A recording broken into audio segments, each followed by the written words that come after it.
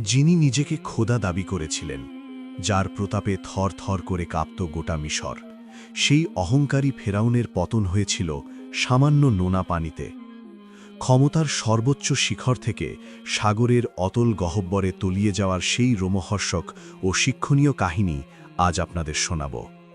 দীর্ঘদিন ধরে ফেরাউন বনি ইসরায়েলের ওপর অমানবিক নির্যাতন চালাচ্ছিল। তাদের সন্তানদের হত্যা করা হতো, নারীদের দাসত্বে রাখা হতো। অবশেষে মহান আল্লাহর নির্দেশে মুসা আলাইহিস সালাম বনি ইসরায়েলকে নিয়ে রাতের আঁধারে মিশর ত্যাগ করার সিদ্ধান্ত নিলেন।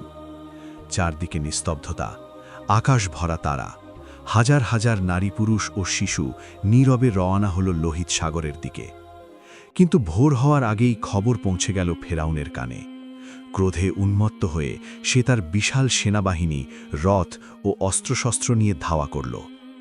সূর্য ওঠার সাথে সাথে বনি ইসরায়েল দেখল সামনে উত্তাল সমুদ্র আর পেছনে ধেয়ে আসছে ফেরাউনের বাহিনী।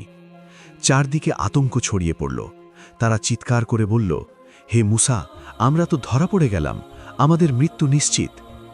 কিন্তু মুসা আলাইহিস সালাম ছিলেন আল্লাহর উপর পূর্ণ আস্থাশীল। তিনি দৃঢ় কণ্ঠে বললেন, কখনোই নয়, আমার সাথে আমার রব আছেন, তিনি আমাকে পথ দেখাবেন। সূরা শুআরার ৬২ নম্বর আয়াত। আল্লাহ তাআলা আদেশ দিলেন, তোমার লাঠি দিয়ে সাগরে আঘাত করো। মুসা আলাইহিস সালাম লাঠি দিয়ে পানিতে আঘাত করতেই অবিশ্বাস্য এক ঘটনা ঘটল।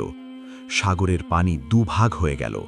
দুই পাশে যেন পাহাড় সম জলরাশি দাঁড়িয়ে রইল, আর মাঝখানে তৈরি হল শুকনো পথ। বনি ইসরায়েল নিরাপদে সেই পথ দিয়ে সমুদ্র পার হয়ে গেল। তীরে দাঁড়িয়ে ফেরাউন এই দৃশ্য দেখে থমকে গেল, কিন্তু তার অহংকার তাকে অন্ধ করে দিল। সে ভাবল, এই রাস্তা তো তার জন্যই তৈরি হয়েছে। সে তার পুরো বাহিনী নিয়ে সেই শুকনো পথে নেমে পড়ল। যখন ফেরাউনের বাহিনী সমুদ্রের মাঝখানে পৌঁছাল, ঠিক তখনই আল্লাহর হুকুম এলো। মুসা আলাইহিস সালাম ও তার সঙ্গীরা নিরাপদে তীরে ওঠার পর দুই পাশের পানির পাহাড় ধসে পড়ল। মুহূর্তের মধ্যে ফেরাউন ও তার শক্তিশালী বাহিনী পানির নিচে তলিয়ে যেতে লাগল।